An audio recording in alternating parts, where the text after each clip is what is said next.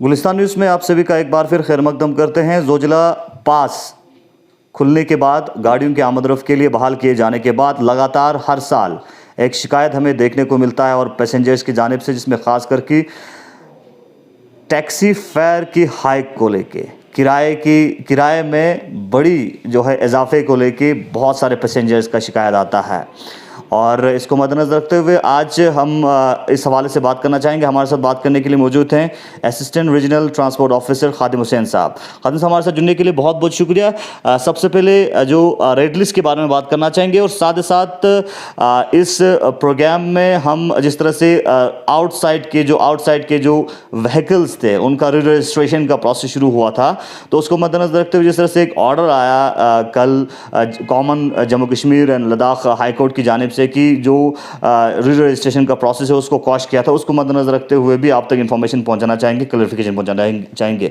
Sir, जिस तरह से रेट को लेके खासकर काफ़ी कन्फ्यूजन और लोगों की भी, पैसेंजर्स की भी काफ़ी शिकायत हमें देखने को मिलता था। हर साल opening and closure of Zojila के टाइम पे ये इशू देखने को मिलता है, तो इस हवाले से आप असिस्टेंट रीजनल ट्रांसपोर्ट ऑफिस की जानिब से किस तरह की जो है इंफॉर्मेशन और नोटिस जारी किया है ताकि पब्लिक सफ़र न हो, और रेड लिस्ट के बारे में आप क्या कुछ कहना चाहेंगे?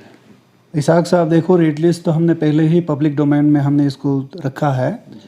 इसकी क्लियर नोटिफिकेशन है 2018 में निकली है ट्रांसपोर्ट कमिश्नर की तरफ से। उसके बाद इस रेट्स में कोई मॉडिफिकेशंस नहीं हुए हैं, तो टाइम टू टाइम इसमें मॉडिफिकेशंस होते रहते हैं। तो यूटी की जो सेग्रीगेशन के बाद इसमें थोड़ी सी बहुत अभी डिले हो गया है, तो इस पर जो काम चल रहा है वो अंडर प्रोसेस है। तो अभी जो रेट्स, पहले तो हमको ये समझने की ज़रूरत है कि भाई हमारे जो जितने भी करगिल की जो गाड़ियाँ हैं एज ए स्टेज कैरेज वो ऑपरेट कर रहा है यहाँ से, वो नहीं होना चाहिए। हमारे पास अक्सर यही क्योरीज आता है कि भाई पर पैसेंजर कितना रेट लेता है, वो हम नहीं बोल सकते क्योंकि जो टैक्सी है वो कॉन्ट्रैक्ट बेसिस पे जाता है हर जगह पे। तो कॉन्ट्रैक्ट बेसिस का उनको कॉन्सेप्ट का पता नहीं है, इस वजह से वो लोग बोलते हैं कि पर इंडिविजुअल सवारी कितना है, तो वो हम यहाँ से नहीं बता सकता है। हमारे जो जितने भी टैक्सीज है वो पर किलोमीटर चलता है, तो पर किलोमीटर का जो फिगर है मैंने सोशल मीडिया पे क्लियर इसका वजाहत किया है, पूरा इन्फॉर्मेशन दे दिया है कि कौन सी क्लासिफिकेशन की व्हीकल की पर किलोमीटर कितनी रेट्स है उसका, तो उस हिसाब से पब्लिक उसके पे करे। और सीटिंग कैपेसिटी भी मैंने वहाँ पे मेंशन किया हुआ है कि सीटिंग कैपेसिटी गाड़ी में कितनी होती है और इसमें लगेजेस जो है वो कितनी हो सकती है, वो सारा कुछ वहाँ पे मेंशन किया हुआ है, तो उस हिसाब से आप पे कर लीजिएगा। आपने रेट की बात की और ख़ासकर दूसरी जानिब 2018 का जो है ये रेट लिस्ट है, तो इसमें अभी तक मॉडिफिकेशन नहीं हुआ है, जैसे आपका कहना है कि अभी नए यूनियन टेरिटरी बनने के बाद जो है अंडर प्रोसेस हैं, तो कब तक जो है नया रेट लिस्ट जारी किया जा सकता है? क्योंकि इसके बाद से डीजल्स की बात करें, पेट्रोल की बात करें या टोकन्स की बात करें, उनमें उनकी जो रेट है उसमें हाइक हुआ है, तो कब तक ये प्रोसेस मुकम्मल हो सकता है? देखिए, जम्मू कश्मीर में तकरीबन 19% जो है रेट्स हाइक हो चुकी है, तो उसी के एनालॉजी पे हम लद्दाख में भी ये चीज़ हमने प्रोसेस की है। तो ये अंडर प्रोसेस है एडमिनिस्ट्रेशन लेवल पे। होपफुली विद इन वीक और 2 वीक ये कंप्लीट हो सकता है। अभी इस पे काम चल रहा है, तो इसको हर एंगल में देखा जाता है कि इसकी मैकेनिकल पार्ट्स कितनी इन्हांस हो गई है, इसमें डीजल और पेट्रोल और जितने भी लुब्रिकेंट्स है वो कितनी इन्हांस हो गई, वो सारा कुछ कैलकुलेट करके इसको इवैल्यूएट करके फिर हम रेट्स बना लेते हैं। तो इसमें थोड़ी सी बहुत मैथमेटिकल जो कैलकुलेशंस है वो अभी अंडरवे है, तो हम इस पे ज़ोरों से काम कर रहा है। तो एडमिनिस्ट्रेशन के पास इसको अप्रूवल के लिए दिया है, हो सकता है हफ्ता 2 हफ्ते में इसकी अप्रूवल आ जाए। सर, एक बार फिर थोड़ा एलॉबरेटली हम कॉन्ट्रैक्ट कैरेज जो व्हीकल्स हैं उसके बारे में क्लेरिफिकेशन आपसे जानना चाहेंगे, थोड़ा इन्फॉर्मेशन हासिल करना चाहेंगे कि जो कॉन्ट्रैक्ट कैरेज व्हीकल्स हैं उनका रेट जो है वो कॉन्ट्रैक्ट बेसिस पे होता है या किलोमीटर बेसिस पे होता है? तो जनरली जो टैक्सी ड्राइवर्स हैं उनमें कहीं ना कहीं कन्फ्यूजन है कि किस बेस पे उनका रेट बनाया जाता है। देखिए, कॉन्ट्रैक्ट का मतलब है कि आप आपकी डेस्टिनेशंस को कैलकुलेशन करना है। आपकी यहाँ से श्रीनगर 205 किलोमीटर पड़ता है, तो आपको पर किलोमीटर उसके साथ मल्टीप्लाई करके उसका रेट कॉन्ट्रैक्ट पे निकलेगा। अगर किसी को कंफ्यूजन है कि किलोमीटर कितना है, वो तो गूगल से आप पूरा पता कर सकते हो, या गाड़ी की जो स्पीडोमीटर है वो आप चेक कर सकते हो कि इस पर क्लियर एंड कट इसका वो पूरा फिगर निकलेगा कि इसकी रेट्स के साथ मल्टीप्लाई करके पूरा इसका रेट निकलेगा। ये ज़रूरी नहीं कि उसमें 6 पैसेंजर बैठे, हो सकता है उसमें एक ही पैसेंजर बैठे, फिर वो रेट्स जो पूरा लगेगा, 2 पैसेंजर बैठेगा भी उतना ही रेट लगेगा, तो वो डिवाइड हो जाएगा 6 पे। इसकी जो मैक्सिमम जो कैपेसिटी है वो 6 की कैपेसिटी है, तो उससे अलावा वो ओवरलोडिंग में गिना जाता है, वायलेशन है वो भी। तो उनको ये पता होना चाहिए कि पर किलोमीटर कितना पैसा है, तो उसके साथ खुद कैलकुलेशन करो कहाँ जाना है। स्पीडोमीटर पे आप इनिशियल जो किलोमीटर है उसको आप याद रखो, और जो डेस्टिनेशन पे जब पहुँचेगा तो उसकी अल्टीमेट जो किलोमीटर है उसको कैलकुलेट करके उसको माइनस करके उसके साथ कैलकुलेशन करके इसका ओवरऑल फिगर निकाल सकते हो, रेट्स के फिगर। जी, तो जनरल पब्लिक को ये इन्फॉर्मेशन हम पहुंचाना चाहेंगे जिस तरह से ARTO ऑफिस की जानिब से, और खादिम साहब खुद ने पर्सनल भी पोस्ट किया है, वो हमारे सोशल मीडिया के प्लेटफॉर्म्स पे आप देख सकते हैं स्क्रॉल करके, वहाँ पे क्लियर मेंशन किया है कि रेड लिस्ट जो है वो क्या होगा और किस बेस पे होगा।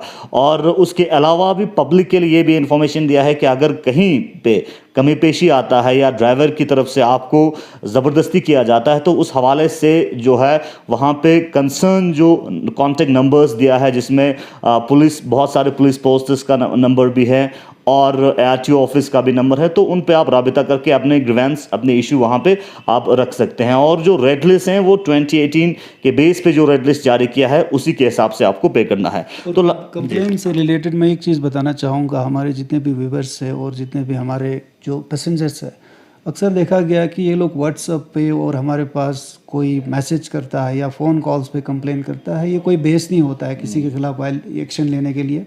तो अगर आपको किसी पर्टिकुलर ड्राइवर्स के नाम पे किसी को कंप्लेन करना है तो उसका नाम और गाड़ी का नंबर ज़रूर लिख लीजिए। अभी हमारे पास कंप्लेन आता है कि भाई टैक्सी ड्राइवर्स पैसे ज़्यादा लेते हैं, तो हम टैक्सी ड्राइवर्स किस किस को ढूंढें, ये बड़ा मुश्किल हो जाता है। तो इसलिए मैं चाहूँगा कि आप किसी इंडिविजुअल जो आपके साथ वायलेशन करता है या रेट ज़्यादा लेता है या कोई मिसबिहेव करता है, उस गाड़ी का पर्टिकुलर नंबर और उसका नाम, अता पता सारा लिख के रिटन में और अपना भी नाम पता दे के हमारे ऑफिस में कंप्लेन दायर कीजिए। तो उसके ख़िलाफ़ हम वो सेक्शन 86 में उसकी रूट परमिट भी कैंसिल कर सकते हैं और उसके लाइसेंस को भी हम सस्पेंड कर सकते हैं कुछ अरसे के लिए। तो अपना पता लिखना ना भूलिए प्लीज़। सर, जिस तरह से रिसेंटली लद्दाख से, यूटी लद्दाख के बाहर के स्टेट और यूटीज़ के व्हीकल्स का री रजिस्ट्रेशन का प्रोसेस शुरू हुआ था JNK यूटी और लद्दाख यूटी में, और इसके बाद जब हाई कोर्ट जम्मू कश्मीर में कुछ लोगों ने पिटिशन दायर किया, तो इसके बाद से अब कॉमन जो हाई कोर्ट हैं जम्मू कश्मीर एंड लद्दाख के लिए, वहाँ से ऑर्डर आया है और जो री रजिस्ट्रेशन के लिए जो प्रोसेस है उसको पूरी तरह से क्वश किया है। तो वो क्या लद्दाख के लिए एप्लीकेबल है? पहले तो हमको ये कॉन्सेप्ट समझने की ज़रूरत है कि री रजिस्ट्रेशन होता क्या है एक्चुअली। तो हमारे यहाँ पे जो भी RTO साहिबान ने जो नोटिफिकेशन या सर्कुलर जारी किया था पहले, तो उसमें थोड़ी सी बहुत मिसअंडरस्टैंडिंग हो गई है कि भाई उनका कहने का मतलब था कि जो गाड़ियाँ री रजिस्ट्रेशन के लिए आना चाहती थी, अगर ऑफिस में अप्लाई करना था तो आइए, नहीं तो उनके खिलाफ एक्शन उठाएंगे। तो एक्शन क्या है वो किसी ने पता ही नहीं किया। उसमें सीजर ऑफ व्हीकल बिल्कुल भी नहीं था। आपने देखा होगा कि RTOs और जो लद्दाख के जो पुलिस ने इस तरह की कोई कार्रवाई नहीं की, किसी गाड़ी को इस सेक्शन में कहीं सीज नहीं किया है। इसमें सिंपल 177 में एक सिंपल फ़ाइन होता है कि अगर आपने गाड़ी जो है 12 मंथ से ज़्यादा कहीं रखा है तो उसमें उसकी गाड़ी को एक सेक्शन के तहत एक छोटा सा एक फ़ाइन देना पड़ता है ताकि उसकी इंफॉर्मेशन ऑफिस में रह सके। और री रजिस्ट्रेशन की जो प्रोसेस है, अभी जो जम्मू कश्मीर की जो ऑर्डर को मैं देख रहा था तो उसमें टैक्स को लेके बड़ा दिक्कत था, क्योंकि एक जो एप्लीकेंट है जिसने गाड़ी दिल्ली से ली है या कहीं बॉम्बे से ली है, तो उसने कहीं पर्टिकुलर इंडिया में उसकी रजिस्ट्रेशन प्रॉपरली किया है, तो उनका कहना ये है कि मैं दूसरे स्टेट में जाके दूसरा टैक्स क्यों अदा करूं, वो गाड़ी उसकी अपने नाम से है, तो उसकी गाड़ी की री रजिस्ट्रेशन की कोई ज़रूरत नहीं है। हाई कोर्ट का ये कहना है अगर इनकी रजिस्ट्रेशन अगर करना है तो इनकी रजिस्ट्रेशन सेम रहेगी, रजिस्ट्रेशन मार्क चेंज होगा, और सेकंडली इसका जो टैक्सेशन जो है वो एज इट इज़ रहेगा, टैक्स इसने ऑलरेडी पे किया हुआ है। कोर्ट का कहना यही है। और हमारे यहाँ पे जितने भी गाड़ियाँ हैं वो अपने नाम से नहीं है, वो जो दिल्ली से या किसी और स्टेट से लिया है वो अपने नाम से नहीं है। अगर अपने नाम से गाड़ी है तो उसमें कोई दिक्कत नहीं होनी चाहिए, नहीं होनी चाहिए, हाँ नहीं होनी चाहिए। अगर अपने नाम से नहीं गाड़ी है तो उसमें दिक्कत ये होती है, कल खुदा ना खास्ता किसी गाड़ी को कोई मिसहैप हो जाएगा या कोई ऐसा कुछ गॉड फॉरबिड ऐसा एक्सीडेंट हो जाता है तो उसकी इंक्वायरी में बहुत दिक्कत होती है, उसकी एमएसटी क्लेम करने में कोई दिक्कत होती है। तो उस चक्कर में वो बेचारा जिसने भेजा हुआ गाड़ी है वो अननेसेसरी लिटिगेशन में पड़ जाता है। तो इसमें हम चाहते हैं कि जिनके अपने नाम से गाड़ी है वो कहीं भी रजिस्ट्रेशन कीजिए, क्योंकि जब आप रजिस्ट्रेशन करता है किसी भी स्टेट्स में, वो रजिस्ट्रिंग अथॉरिटी है आपको अपना एड्रेस प्रूफ देने के लिए बोलता है, ज़रूर बोलता है, क्योंकि जब आपकी एड्रेस प्रूफ दिल्ली में होगी, बॉम्बे में होगी या किसी और स्टेट में होगी, या अगर आप कॉलेज में पढ़ता होगा तो एड्रेस होगा, जब किसी फर्म में काम करता होगा या कोई गवर्नमेंट एम्प्लॉय होगा तो एड्रेस होगा। तो on the basis of that address the registration can be done in any states. So अगर वो ट्रांसफ़र हो जाएगा किसी और जगह तो so he is not liable to pay unnecessary taxes extra, और एक्स्ट्रा टैक्स नहीं कर सकता है, टैक्स नहीं दे सकता है बोला कोर्ट के हिसाब से। तो हमारा भी यही कहना है, सेक्शन 47 जो है वो पहले से भी लॉ में था, सेक्शन 47 में कोई परिवर्तन नहीं हो गया, वो तो वैसे पहले से ही है। अगर कोई आदमी कहीं से ट्रांसफ़र होकर अपने स्टेट का नंबर लगवाना चाहता है तो वो आ सकता है और यहाँ पे अपने नंबर लगवा सकता है, ठीक है। स्पेशली अगर कमर्शियल गाड़ी है तो उसको लगाना ही लगाना पड़ेगा, क्योंकि उसका परमिट्स उसके बगैर नहीं मिल सकता, क्योंकि हमारे पास उसका डाटा नहीं होता। अगर वो नंबर नहीं लगा, उसका अपने नाम से गाड़ी है, उसकी एड्रेस कहीं और है, अगर वो 6 महीने से ज़्यादा नहीं रहता, 12 मंथ से तो ज़्यादा, और इसमें दिक्कत ये हो रही है कि 12 मंथ्स की जो वैलिडिटी की जो पीरियड्स है वो उसकी मॉनिटरिंग कौन करेगा, कौन प्रूफ करेगा कि ये 12 मंथ से ज़्यादा है। तो ये सारे बहुत दिक्कतें आ रही है। जब तक इसकी पूरी मैकेनिज़्म जब तक फिट नहीं हो जाएगा, इसमें सेंट्रल गवर्नमेंट की तरफ से कोई ऑर्डर हो कि भाई इसमें आप लोग इनके री रजिस्ट्रेशन को कंपल्सरीली कर ले, तो on the basis of that we can do it. Otherwise it's थोड़ा सा बहुत ये डिलेमा में है और थोड़ा सा बहुत ये दिक्कत आ रही है रजिस्ट्रेशन करने में, क्योंकि बहुत सारे लोग हैं जिन्होंने गाड़ी ले ली है मगर उन्होंने अपने नाम से नहीं किया है, उनको करना ही करना है, क्योंकि उनकी एनओसी एक जगह से निकल चुकी है, तो वो एनओसी ना इधर है ना उधर है।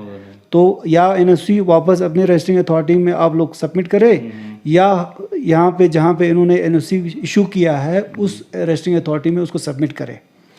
जी, तो सर लास्ट पे आप उन लोगों के लिए किस तरह के मैसेज देना चाहेंगे जिन लोगों ने बाहर के स्टेट से गाड़ियाँ जो है वो लाया है, और उनके लिए री रजिस्ट्रेशन के हवाले से किस तरह के मैसेज आप पहुंचाना चाहेंगे? मेरा मैसेज उनके लिए यही रहेगा, अगर आपके नाम से गाड़ी है, अगर एक हमारे जितने भी तकरीबन 25% पॉपुलेशन है ना वो माइग्रेशन पे होता है, जितने भी जैसे समर विंटर आ जाता है वो लोग यहाँ से जम्मू चले जाते हैं, वो तो मैक्सिमम लोगों का वहाँ पे भी एड्रेस है, यहाँ पे भी एड्रेस है। तो कुछ लोगों को मैंने देखा कि उन्होंने अपने नाम से दिल्ली में, जम्मू में, चंडीगढ़ में अपने नाम से गाड़ी ली है, तो उनको मेरे ख़्याल से कोई दिक्कत नहीं होनी चाहिए, क्योंकि वो लोग 6 महीने से ज़्यादा एक जगह पे रहते नहीं हैं, दिक्कत नहीं होनी चाहिए मेरे ख़्याल से।